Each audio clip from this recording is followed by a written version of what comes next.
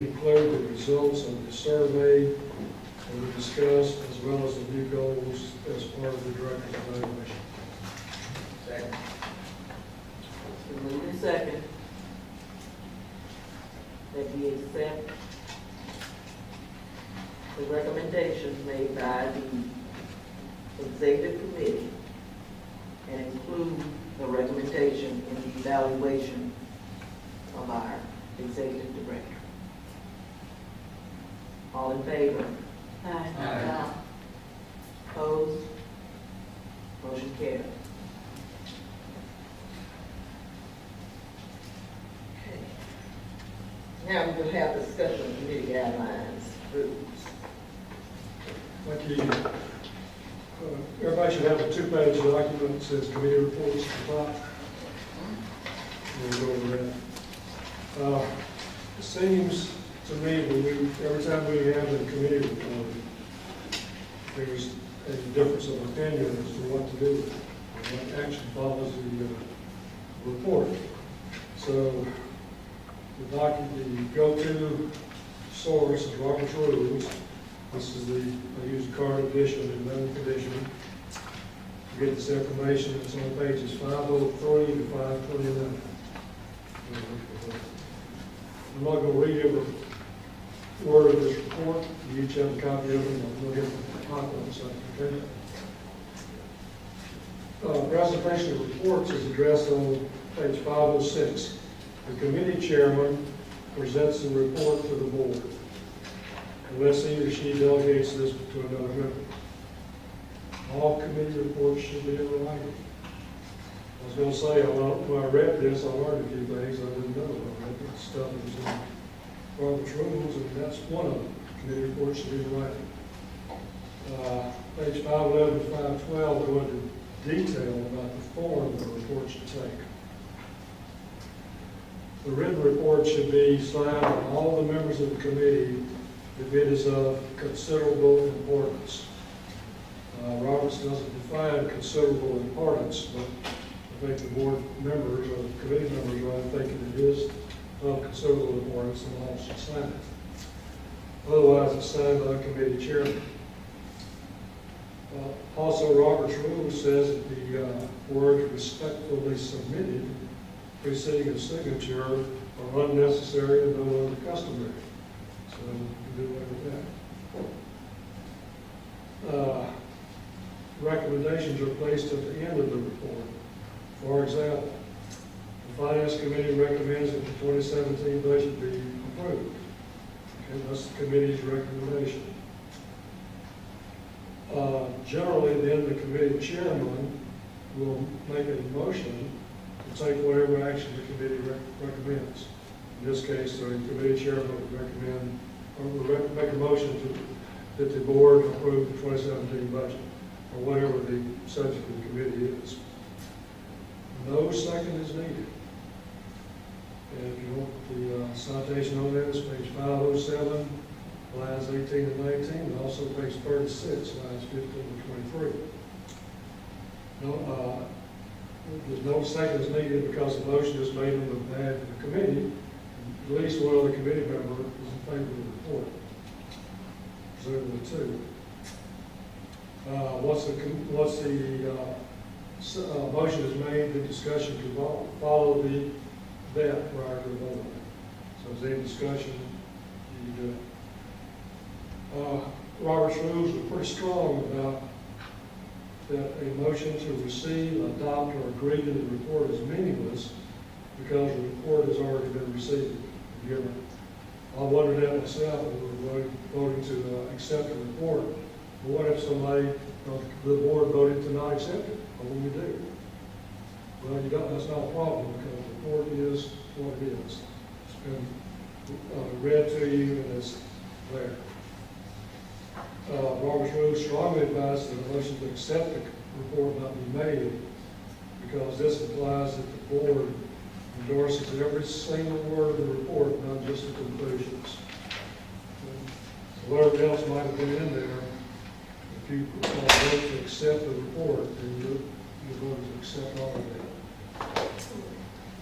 And finally, pretty much finally, I didn't know this, if there's a dissenting member from a committee, then that dissenting member may submit a minority report, if the board agrees to it, if the board agrees to accept it. Customarily, such report will be made immediately after the committee report.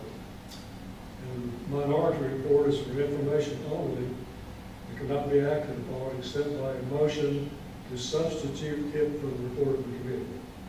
Okay? So, someone gives a minority report and their wording and their argument is so compelling that you want to adopt that, then you can do so. But you can't adopt both of them, just the minority report. And also, the minority report should be in writing or follow the guidelines on page 528. So, any questions? I'll be happy to answer any if you want. I do have a question, just clarification, I guess, or maybe, maybe I just didn't quite understand it. Regarding accepting the report or not, did you say that the board has to accept the report? I mean, if they, the report is presented for acceptance or not? No. The Okay. report is information, and Robert's rule says you do not vote to accept a report. You vote to accept the recommendations of the report if a motion is made. Okay. The report is what it is. You can't vote to accept it or not accept it. Okay. So prior to this change, whenever it was implemented, usually we presented the report to be accepted as presented, and sometimes the report might or might not have an error. So what if the report does in fact have errors? Maybe there's somebody on the committee who detects that the report has an error. Well, you're not voting to accept the report, so it doesn't really matter if the report has an error, a typographical error, or even factual error, as long as it doesn't affect the recommendations of the report. See what I'm saying? I'm a committee chairman, and the committee voted to decorate the boardroom for Christmas. Okay, so I'll make a motion that the board decorate the committee, the boardroom for Christmas. That's a motion, so you vote on the motion. The report itself is not voted upon. Okay, I understand that it's not voted upon. My question is, what if the report itself has an error? For example, the recommendation is that the boardroom will be decorated, but in the report, it stated that $500 is allotted for decorations, whereas maybe $15 will be allotted for decorations. That might come up. Does it make sense? Well, there's a monetary amount involved. I think your motion would include that amount. If that was wrong, the amount was wrong, and you someone would correct it or you vote no. So, So the report says that the recommendation of the committee and be explicit of all further details. And the recommendation of the board. well, as explicit. $500 would be Yeah. perfectly relevant to the motion. Exactly. In that case, the $500 is relevant. So you would want to put that in the motion, the committee chairman. But again, the thing to remember is you don't vote on the report. You vote on the motion that was made to implement the recommendations of the report. Okay, there's a big difference in those two thoughts. Okay, if you're saying that, then, like he said, make sure, and like Dolores is saying, everything is in the report. When do you discuss the report with the member? The committee already reported, already done they've done their retirements, okay? Now, when you bring it to us, you're saying that, but suppose I want to say, well, and I'm looking at this, and I may not agree with the fact that 35, when do we discuss that? all we doing is accepting your report, but that don't mean that we going to agree to it. Is that what you're trying to say? Yes. It's like to me that we're trying to do exactly what the committee without us having to say so. Well, your say-so was when the motion was made. Because then there was discussion. That's what I want to know, okay, I don't want you to leave that out. But all we doing is voting on your report, On the motion. on the motion. And then you gonna say discussion, and then I can say what I want about that report that you presented to me, okay? I'm sure that's where it go, I just want to make sure. The committee recommends we decorate the boardroom, Mhm. and we'll spend $500. Okay. So I'll move that, You accept my report? no. No. I'll move that the board decorate the boardroom and spend up to $500. Discussion. Okay, there you go. And then in the discussion, if there was an error Error, in you the could say report, it. Okay. then that's when you would, discuss, okay. And then once we discuss, and everybody's happy, then we vote. Okay. Mm-hmm. Thank you. I understand. Sign. No, thank you. That's fine. That's good. That's good, that we get that. Thank you so much for this, and now you see, Keep doing it. what we're gonna do. Mhm. Lord. All right. Okay, thank you so much for that. I want to get that off my chest. You got it. You got it all. That's fine. Okay. We go to the F item under new business, proposed revision of policies. Sex offender policy. Okay, we are asking that you approve this revised sex offender policy in that we have removed the Atkins branch from the list of branches on the first page under B, libraries near school property. There used to be an alternative school next door to Atkins that is no longer there. So we have removed Atkins from this list of branches. And that's what we're seeking your approval for the revision.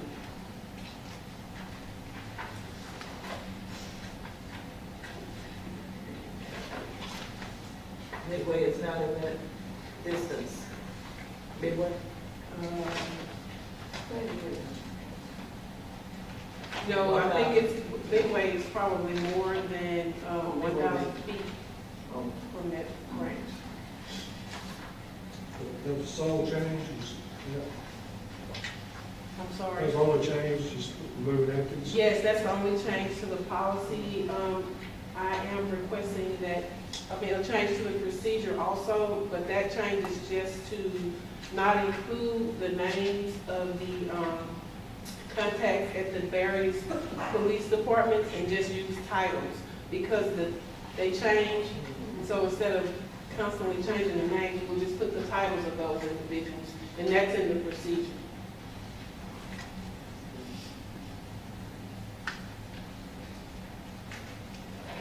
so. Discussion.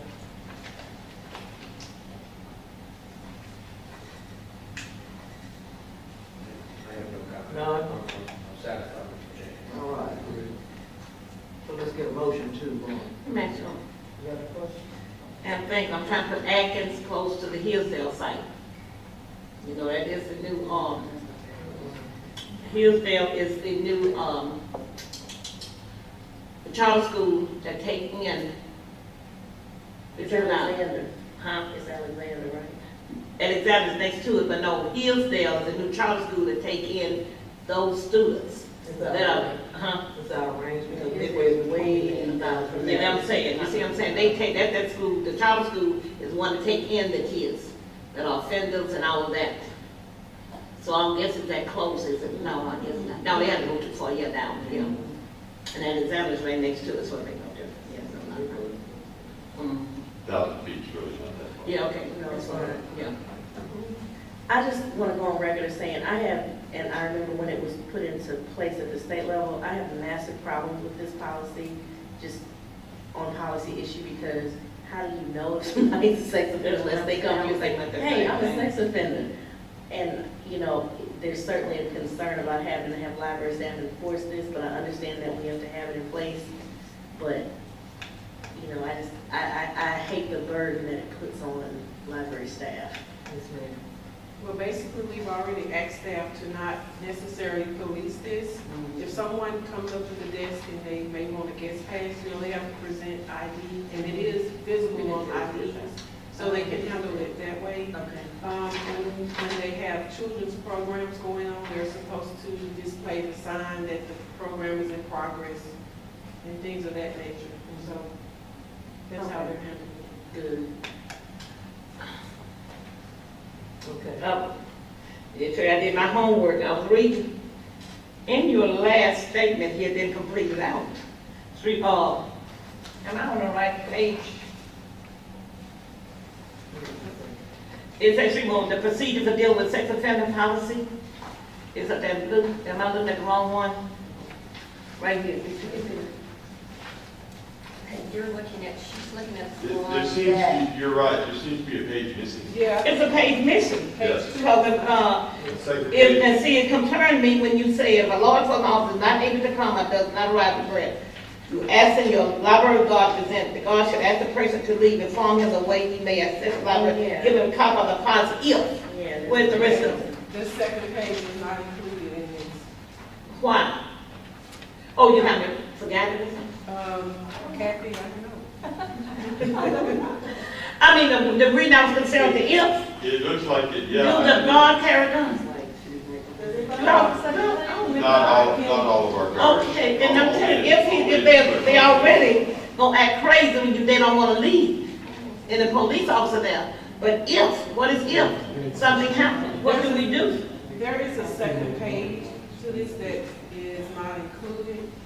I can go and make a copy of the second page. I can't vote on this unless I know what's gonna happen. I'm just, you know what I'm saying, y'all, and I'm fast. I'm fair because see, somewhere down the line, that person not gonna be, until you get the police ain't come. Okay, I'm only asking Then that you vote on the change. This was already, this. It's not a change, but maybe we need Yeah, that. I'll just get the second page. Okay, yes, ma'am. Well, you can table that one and move forward. Yeah, we pay to come back to that.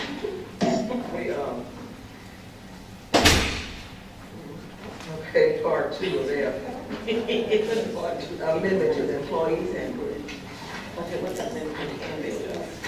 Okay. Oh, I'm gonna find that for you. Oh, we have so much to do, some stuff on. Let me read. Okay. It's just, they were out of order, or at least in my package, they are, that employee handbook comes right before the sex offender regulation policies. I don't know, is it that way in yours? I It's just put my. Okay. Okay. We just have included a memo about some changes that need to be made to the employee handbook. This is based on some recent National Labor Relations Board findings, as well as a recommendation of our attorney, that we remove this sentence from the two different places in the handbook. The sentence is, it is not acceptable to involve others, patrons, outside groups, council members, commissioners, etc., to exert pressure on administrative staff or the board to resolve the matter in any particular way. That sentence is in a section under employee conduct where an employee could be disciplined, and it's also part of our grievance procedures. That sentence does need to be removed from the handbook. Okay. There was a similar one that stated something about the library staff could not talk to is this the same one? You can't talk to outside people about Yes, things going on? Okay. that's the exact same sentence. Okay, 'cause I had. National Labor Relations Board has changed that to be protected, employee, Concerted protected activity. there you go. Well, and also doesn't bode well for morale, so.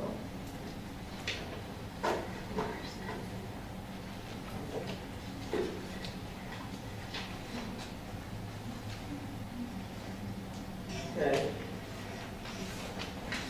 Any discussion on that? Roseanne?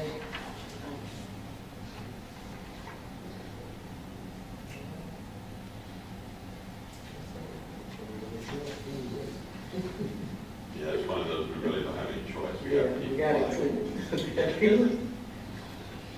applying. Make a motion?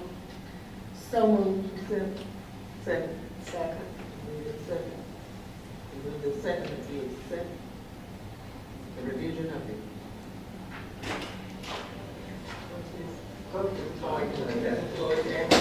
In the employee handbook? Okay. Okay. All in favor? Aye. All opposed? Okay, our motion carried. I see, accept that revision in the handbook.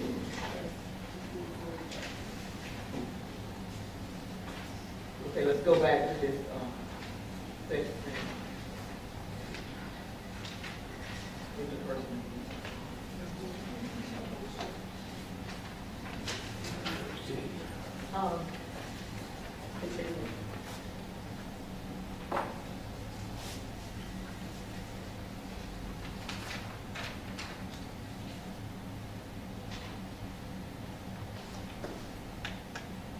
The change that I'm proposing to this on page 2 is number 7. There were names of individuals, and I just put their title, position. And and the removal of, school. Oh, Atkins, yeah, That- that's in the policy. That's the change This to the is policy, procedure. this is the change to the procedure. Those two, but that, I'm saying those two are the only Yes, changes to. yes, that I'm proposing. Okay. I got Your question? I have a question about number 5. Merely seeing on a patron's driver's license that the patron is a sex offender is not reason to call the police about his status and so on and so forth. Okay, so why would you need to call the police to ask for any confirmation? Like, what circumstance would that cover? Because the policy only applies to those whose victim was under the age of 13. Ah, So we wouldn't necessarily know that unless we called and inquired. okay. Yes. So it's really just against child sex offenders? Correct. Yes. Okay. What a regular rapist can say? Unfortunately, yes. Okay. Well, what do you mean of all levels, though? You have sex offenders of all levels? There's levels 1, 2, 3, depending on the severity of the actual, being consensual underage is like a level 1, but you rape and beat, put somebody in the hospital, that goes up to level 2. If you're dealing with infants, that goes up to level 3. So and I'm not familiar with Louisiana law. I just know Georgia law, and they have multiple levels. And if you ever saw level 3 in your branch, you were to immediately. Of course, in Georgia, we had a nice website, and the local sheriff's department actually provided printouts with photographs. So we had a way to know all the child sex offenders there. But if you ever saw a level 3 child sex offender in your branch, you would immediately call the police in Georgia. So I don't. But Yeah, Sheriff there's Department, a website. Parish Sheriff Department has it. They don't that I'm not have aware a of, but it sounds like something we should have. Yes. All right. And you get a motion? Move, we accept the motions to the amendment to the sex offender policy. Second. Move in second that we accept the issues of the changes to the sex offender policy. All in favor? Aye. All opposed? Okay, the motion carries. All right. Virtual student card. Last meeting, gave you a 5-page policy proposal. Page 2, page 3, basically summarized what the programming policy would be. Again, the virtual student library card is a collaboration with the parish school system to provide every child that attends public schools a virtual card. This means we would give them a piece of actual plastic card, but would allow us to let them use their ID. There's confidentiality issues involved with that. We've already worked that out with the school system. There's a vendor form and this, that, and the other, and all the information technology related problems. We had discussions with them, and we can, all of that is solvable. At this point, what we have to decide is whether or not the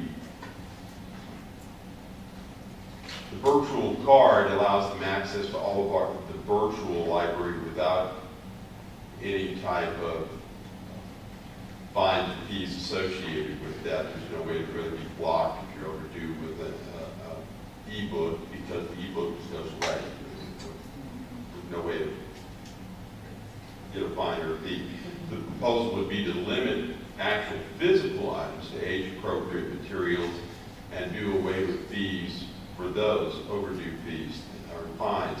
What we would want to do is look at possibly doing away with the fees associated with lost items. As I previously told you, I've been trying to find sponsors. None of our corporate sponsors have stepped forward. In fact, I did get a one refusal, but the other ones have just not decided to answer one way or the other. Our friends at the Community Foundation believe that they could get us a grant each year that would cover all this, but belief is not a guarantee. So at this point, we are looking at if we want to actually consider the idea of each year waiving any fees associated with lost items. We have to take on that financial burden at this time. That's not to say that in the future we could find somebody who might come along. My personal problem with wanting to do this way is that once that got advertised, every kid would just decide to keep 3 books.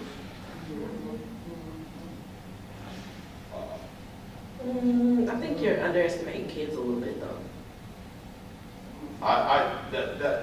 The Rotary Club that refused to do it, that was their reason. I proposed it, so I do have a little bit of faith in that. I'm willing to accept a certain amount as long as we do what is customary, which is to read away your fees over the summer, which would also help promote our summer reading program.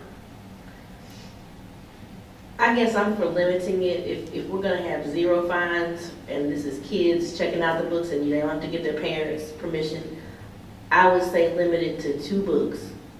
Okay. For 2 items. Because it could be a DVD if they need to see a National Geographic on zebras or something of that nature. I would say 2 items, because I just know for me, if I know I can only get 2 items out, and this is how I do it in school, if they can only get 2 items out and they lose those, Okay. it's like, a limb has been cut off, But give them an opportunity that involves reading more, like you said, to read it off. That way you've limited your liability somewhat. They still have access to all of the e-branch services, which a lot of kids do read their books on their tablets or their parents' phones. But I just like the idea of letting them have a physical book, because I just don't think those are ever going to go away. I agree with you there. I also know that a lot of our materials are not available electronically. So. Right. And that's just my recommendation to 2, well, I would say 2 books and 1, AV item. Because what'll happen is parents Well, want kids to check out. exactly. But and limit it to I know you have certain videos that are just kid videos, just limit it to that. Because we do have Hoopla, Right. I'm just a little lost, John. Are we sitting here constructing a new policy or something? Yes, sir. We are having a discussion whether or not we want to move forward with this. Again, this is the White House. Yeah, would you restate what we're considering changing? Did you restate? Is this on? We're on now? That's where I had it. I still don't think it's on. But are we Go ahead and restate what the policy is now, folks. I got lost somewhere. What we're doing. Well, what we want to do is give every child what's called a virtual student card, right, which is basically their student ID. This allows them to have access to library materials without parental permission or financial obligation. Right now, if little Johnny wants a library card, mom has to sign for him. Mom or grandma or whoever is then fiscally responsible for those items. Let me ask you this, what percentage of our patron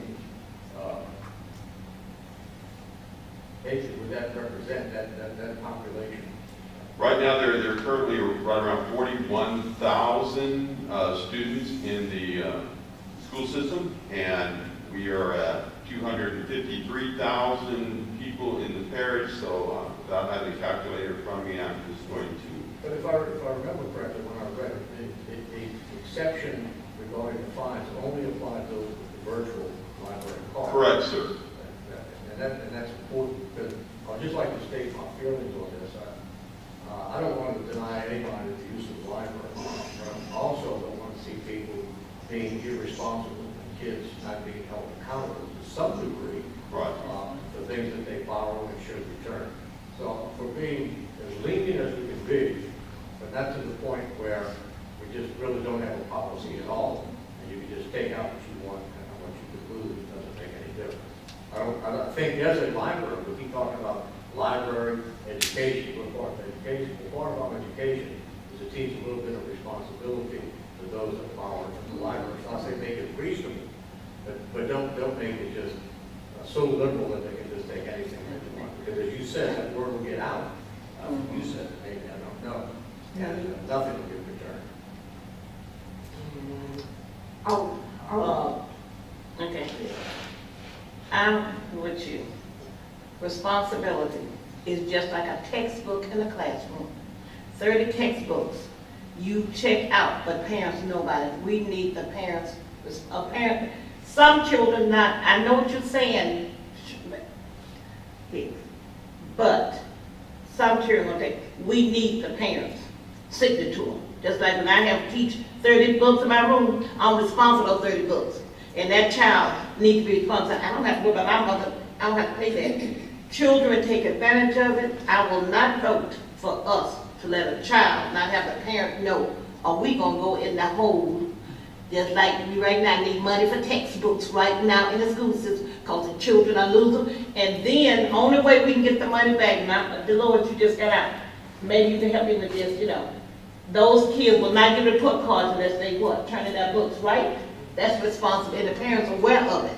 So if we're going to just give them with no parent permission, no, I can't see that. Well, and that's why... I mean, I know we need responsibility, but I can't see I brought this for you to sit here and get your assistance in helping come up with ideas for responsibility. Okay, we are speaking of K through 12.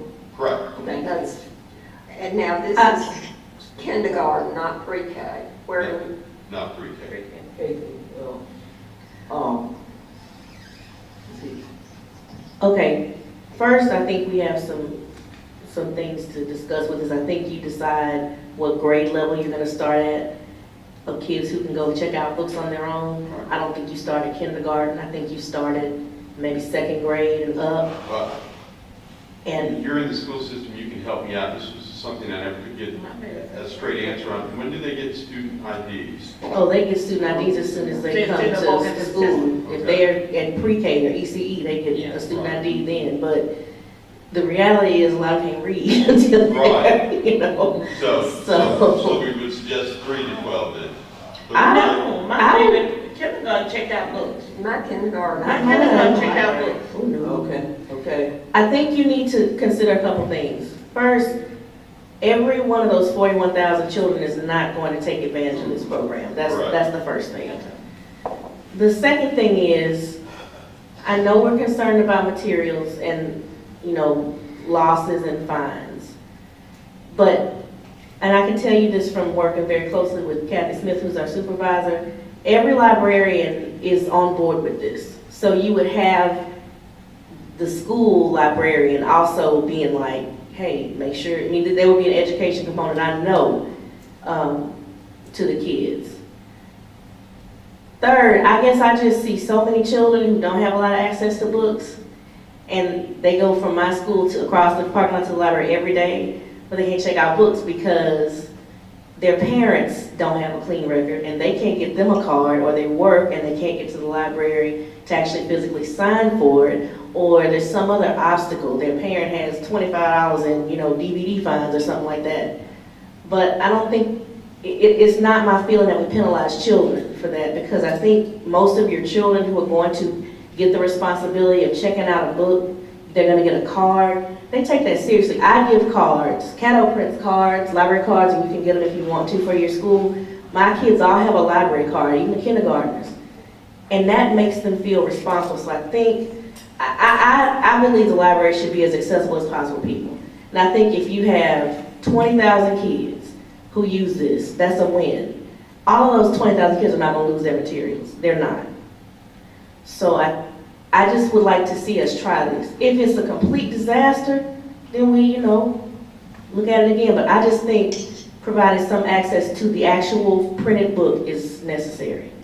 Okay. Madam Chair, how do we accommodate children who are homeschooled?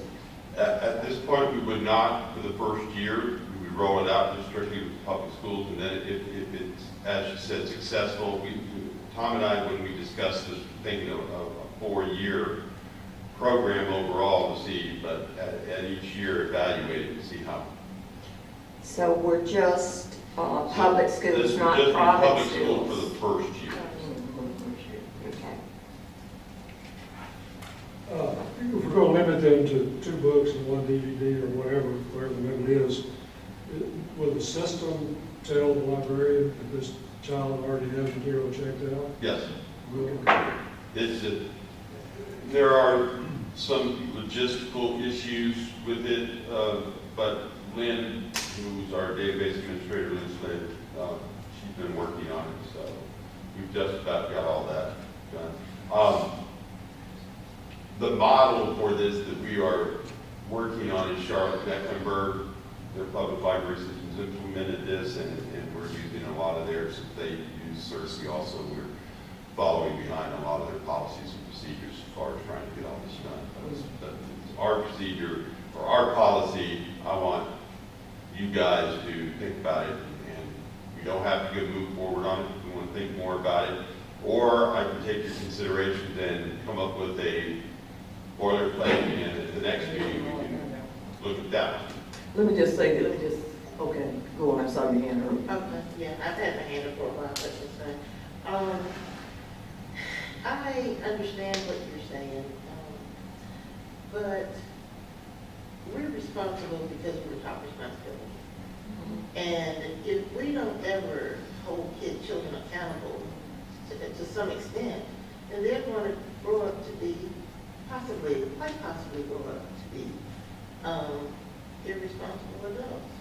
So I just think that's just a part of our teaching and training at some point, just to make sure that we have some things in place to let the children know that we do expect you to return these books, and that there is some type of penalty, even though it might be very minor, it might be a very small penalty, but some type of penalty if you don't return it. Not to say that you should take the use away from them completely or whatever, but there should be penalties, and the parents should know that there are penalties as well. The public should know that there are penalties. Is there any possibility that it would just strictly be the virtual library and we would not? I mean, I understand the value of letting them get an actual physical book. I understand that. 2 books is not very many books. And so do we, throw out Other the baby systems with have the tried it and bathwater? limited it strictly to virtual, and others, it's one of those things, kind of either way. Some systems are not willing to even go that route and incur any loss of materials, so they restricted it to just e-materials, and then others feel the need, as Shannon has said, to expand it. Some felt the need to expand it greatly and not even think about limiting it to more than 2 or 3 items. And that was my immediate compromise, was 3 items. I thought we might sit here. And as I did a little math for you, if 1% of all of them failed to bring all 3 items back, that still wouldn't cost us all that much. We lose more materials on an annual basis from our adults that we never get back. Okay. Madam Chair, can I make one more comment? One more comment. Okay, I'm just gonna say this because I'm trying to skirt around, I've been trying to skirt around, but let's just be real. We have a lot of children who live in poverty. We have a lot of children for whom books are not necessarily valued in the home. But this might go a long way to changing that value system. My children, when school is out and they don't have, they might have access to the library, they may go to Wallet every single day, but they don't check out books because they can't. And so we see what the result of that is when we come back and they've lost, half a year of literacy. I just think, what is our shrinkage? Like, what is our normal shrinkage? Do you know offhand? Yes, but I can't give you a figure off the top of my head. The number that I did check, I had Lynn run up for me, what's an average year for the fees and fines on lost materials? It's around 51,000 or more that she could run, that she could get her hands on right there. So I mean, we're talking we lose that much every year. Just about it does not get paid, and of course it fluctuates. I mean, I just think you would have an enormous support system with the librarians in Caddo working with kids to make them aware of the importance of this. But I just think if we're going to have rules of leniency, let's do it for kids because that's where we build readers. That's where we build library patrons. I'm just very passionate about this. I'm just going to let you know. That statement is true. But My suggestion, okay. I want you to think about this. Had you thought about starting on levels? Starting with the high school or either starting with elementary students? Now, elementary students probably check out more books for pleasure reading than high school. Now, the balance is going to come in that high school students often need research items, reference items, and things of that sort for research. But it might be a good idea to start with either on one end of the spectrum, either with elementary or with high school as a pilot program to see what would. Jacksonville did that. They started with the elementary schools, and they've been rolling with that for the last 2 years. Others have. I mean, you'll find, if you look throughout the nation, you'll find a wide array. Some government whole hog and do everything. Some start at elementary. Most of them start at elementary school. That would be it. That might be an idea to see what it's going, exactly what it's going to work like. Well, Start so with one level. would we want to go K through 3, K through 4, 5, 6? I want to go K through 12. Construct a pilot type thing for us to take a look at. Well, that's what we're doing now. We're trying to hash out how we want this policy to look. I mean, we're looking at the details right here. So. We got a long way to go. Right. Because let's take one thing at a time. Talk about implementation.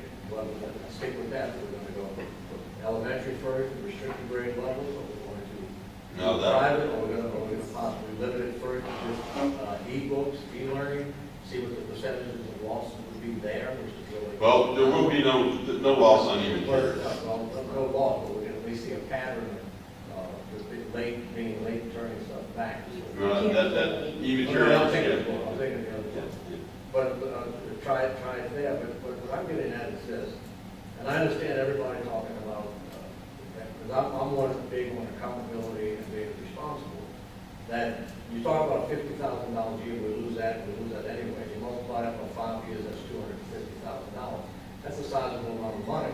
And you're sitting here telling me that you're having trouble getting the industry to support those losses, so we can take all of those hits. And I can understand their reasoning, because we keep professing that the library is education, that there's a close knit between the two, that they're related, that they're the same, and we're trying to promote that, right now, that's what we're trying to do. And I just really believe, because I don't know the whole structure right now of all of the fines that we actually have. I know last year we raised them. And I questioned that. Why? Next year, let's raise them and double them again. And that way, everybody can continue to get books. And the next year, we'll raise them again. And I think that does not promote responsibility on the part of the kids. And I agree with another board member who said that, these are the types of things that this young impressionable lady could take on with you in life, that I can do these things and allowances will be made for me. And I don't think that's a good message to send people. So I think we have to be very careful how we structure the fines and the fees or the limitations for the kids. I don't want to see any kid without a book in their hand if they really want to read. But maybe we need to tell these kids what the consequences are if you don't return your materials and so forth. Even though the parents, and I do agree with another board member that I wouldn't do anything at the elementary level unless the parents gave consent. That's all I want to say. Okay, I want to ask the director, Mr. Tuttle, as we lose the books, are they, say, if it's at Athens Library and we're losing books, are they going to be replaced right away as soon as they're lost? Because otherwise, this is what I'm looking at, you have other patrons, children, who are coming in, maybe looking for that particular book.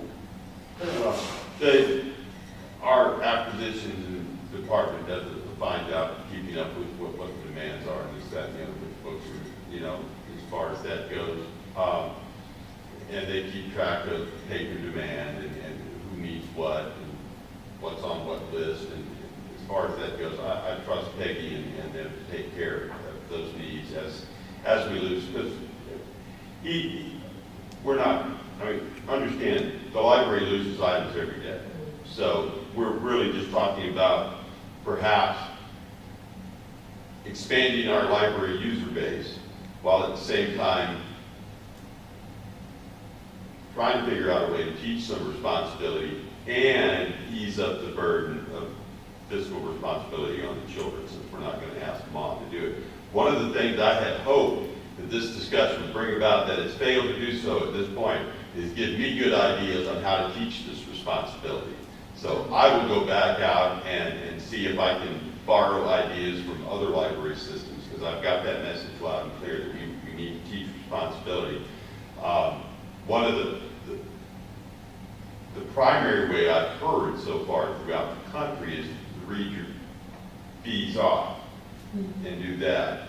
But, and maybe we look at something different. I will go back and do more research on it at this point. I don't want anybody to misunderstand what I'm saying. I'm not saying that there should be consequences if you don't turn your books in. I'm not saying that at all. What I'm saying is we're having discussions on where, regulating guns or something for kids. These are books. We're in the business of disseminating and providing access to information, and that includes books. Any business has shrinkage. If kids are excited about coming to check out books and they lose a few, have we really lost anything? It means we made some readers. And I think that we're talking about and teaching responsibility, this, that, and the third, that's great, but why would we want to make something that could be so pleasurable, we're going to give you these books, kids, but understand, we're going to put you in jail if you don't read these books back. I just think we need to have a mindset of we have a huge opportunity here to create our next generation patrons. And we have a huge opportunity to make an impact on literacy in this city, because we tell you, it's lacking. I agree, and I also see this as an excellent opportunity to promote Louisiana Homework Help, Tutor.com, that we already as taxpayers pay for, and yet see it underutilized. So this was an attempt. Let me go back. We will address these issues, come back with more reports for you next time and see what we can do. I will survey other Urban Library Council members and see how they've addressed the responsibility issue. I thought I had done widen up the array to kind of give you some ideas and hope to get your opinion, but that's okay. We will get more for you, I promise. Okay. You're asking for opinions, and I have them. Good. I think that our attempt to teach responsibility as a library is futile. They're going to learn responsibility for their parents or from the schools. Most psychologists will tell you that a child's personality is pretty fixed by the time they're 6 years old. So we need to do what we can, I think, to get them to be users or patrons and not worry about trying to change their personality in some way. Okay. Watch that. Appreciate all the input. All right. Okay. We're gonna move on to our reports. Yay. I brought you some homework. It's only fair. Sent me off to do homework. I'll send you some.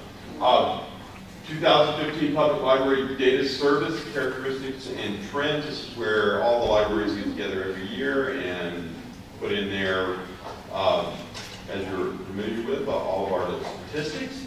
And then these fine folks at County Opinions write a trends report. And as you can see, there's lots of stuff in here for you to read, but I point you to page 2, summary, and just quickly tell you that population is growing in our country, which is a good thing. We're seeing some library usage grow in some places and in other places not so much.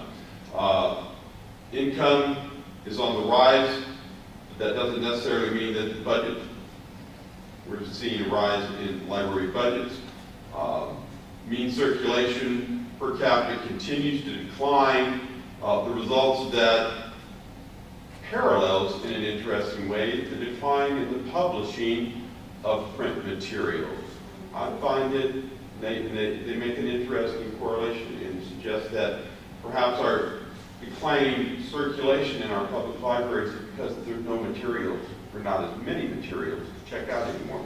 But we do see a steady rise in e-circulation, but as you know, that's rather expensive for all of us. But lots of good reading here, and I suggest in the next month or two you take a pen and browse it, because we will be coming back to this as we do our strategic master plan. This will be a blueprint to help us see where we need to strengthen ourselves. As far as other things, I'll make it quick. Goals update, you know, we've got our planning consultant on board, currently negotiating with the Shreveport Times, getting a news service to become the custodian of the newspaper's microfilm bound volumes and old photo collections. It's not going well, but we are trying.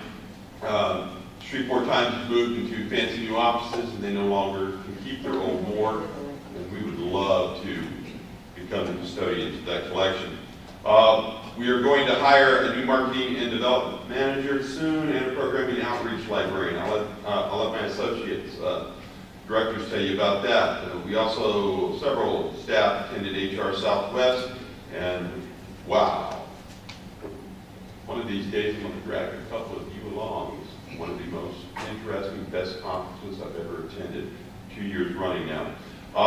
We continue to drop in on branches for unannounced visits, and Beyonce and the couple of area managers and the friends of the president of the Friends of the Library, we made deliveries on Wednesday. We took the delivery truck out, and we dropped off books and cookies. I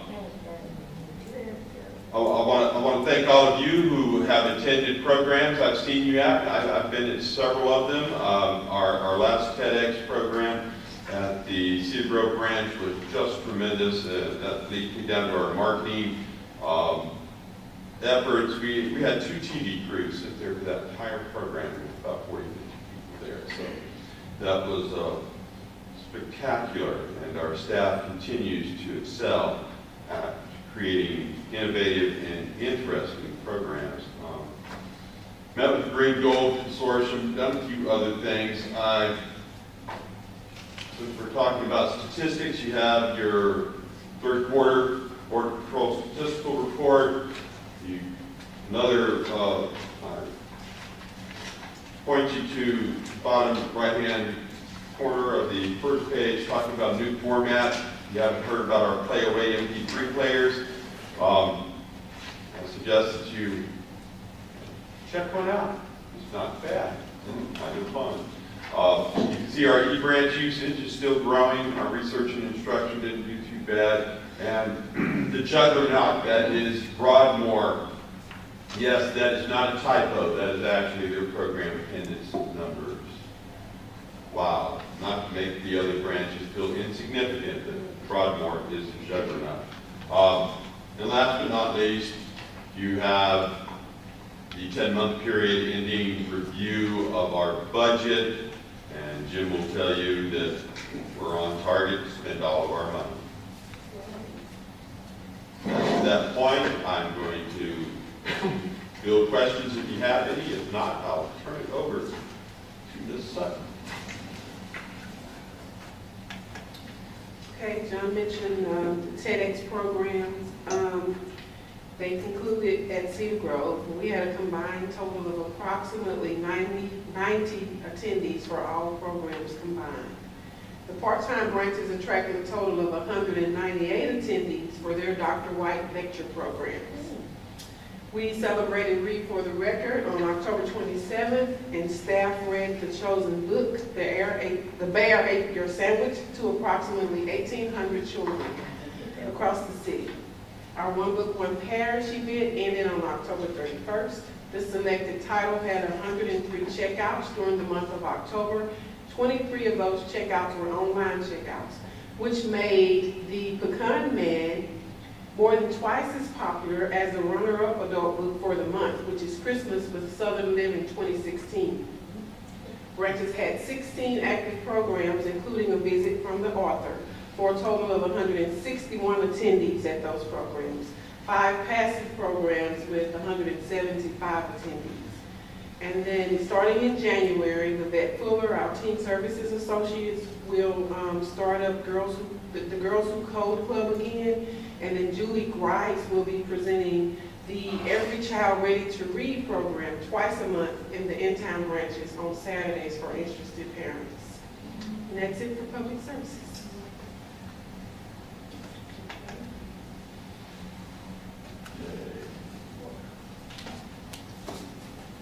Okay, for support services, have any of y'all heard about the mannequin challenge that was being done? Well, our Lawrenceport branch actually did it. You can look it up on our Facebook page. It's pretty interesting. They did a really good job. In training and development, we had our staff development day in October with about 225 attendees. We were able to offer 12 breakout educational sessions that were taught by either staff or 2 outside speakers. And it ended up providing a total of 2,025 hours of professional development for our staff.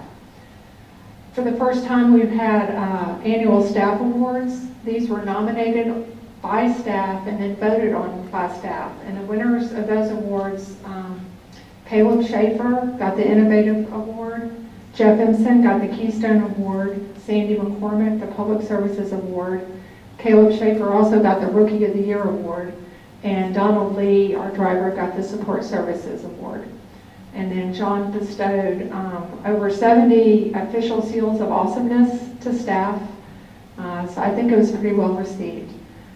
And since our last report at the September meeting, we have, in addition to the 2,000 plus hours of professional development, in our training department, we've done 80 hours of orientation training, 24 hours of leadership management training, 252 hours of supervisory training, 106 hours of individual training, and 75 hours of anti-harassment and active shooter training.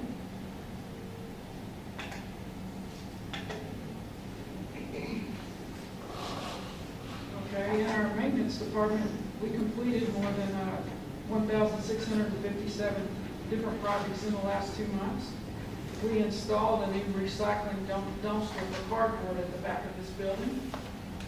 We reupholstered 4 chairs at Wallette.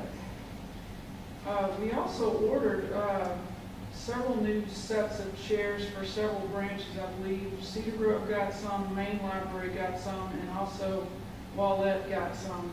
The chairs that the patrons sit in to use the computers. Some of them were getting a little bit worn. We managed to paint 2 different parking lots. We have to do that every 3 or 4 years because the lines get all faint. We cleaned the carpet at 3 different of the full-time branches. We installed the TV units in the entryways of 5 more full-time branches. That's where we display those signs so we don't have the clutter. We trimmed the trees at Broadmoor, which is a big deal because it's a huge campus with a lot of trees. And finally, we cleaned up several rooms in the basement of the main library and set up some shelving so that if the Times deal comes through, we'll be ready to have the material and safely store it. That's all. As far as miscellaneous, there were several items brought up last meeting. Dottie, you had reported about concerns with patrons about closing, and you requested a scheduled branch hours. I think we got you the schedule. I think it's a, That patient information brochure that you're seeing? oh, that's it, I did, yeah, okay. And I have discussed with our consultant that we will be rolling out, and part of the strategic master plan, we will be discussing hours at all of our town halls and various meetings. Okay. Ms. Hicks, you had wanted us to examine Sunday hours, various other branches, so I've talked with the consultant. That will be part of the strategic master plan. Also, there's a possibility of a retreat for you guys to sit here and do some of that planning. Ms. Lynch, you had discussed tours of the board. As long as you guys can take tours, as long as there's not a quorum of you. So you must, what's the number? 6. 6 can't go. 4 up to 5 can go visit branches at your convenience. But if you make a quorum, you made a meeting. So we checked on that, and also with Ms. Hicks's retreat, we probably do brainstorming you had suggested at that time. Tom, we have your scholarship program has been sent to Levette. She's working on that, and also we're looking at various other ways to address the scholarship information and help make it available. Mr. Tucker, what about the book club list? That was actually already on our webpage. It had been buried. Okay. We brought it back to the front. If you can't Good, find okay. it, you let us know, and we'll make it more prominent. Okay. Okay, I just want to know, I participated in the the bear ate the sandwich. I went to Turner. It was so great that, I mean, they said there were so many of us there going to different rooms. And I asked her, I said, who selected the book? Because I was asked, until I read the book, I found the bear didn't eat the sandwich. And I asked the children, they also, and who picked that? They said it was a national book. It's a right? national program. I said, and she gave each one of us a book. But what I liked about the fact that the kids were just like me. When they found out, they said, what? We all were saying, what? We actually thought, I got something off the bag, but I'm not going to tell you. Read the book and find out who ate the sandwich. And also, the librarian at Turner had sandwiches for us to eat. And I also took a sandwich as a demonstration with my students when I read to them. So that's good. I like that idea. I have a compliment too. I know y'all read to some of the residents at Holy Angels, not residents, but even the day program. They got read to and they got their certificate, and that was pretty awesome. My certificate is Mhm. That's a great book. Talk about unreliable narrator. all right. That would be it. Next regular meeting date, January 23rd, 2017. Happy New Year. Oh, my. Hard to believe. Merry Christmas, Happy New Year. Need a motion to adjourn. I move that we adjourn. Second. Exactly where you stand still. At 6:07. Thank you. You're welcome. Merry Christmas, everybody. If you would, please take another sandwich, brownie,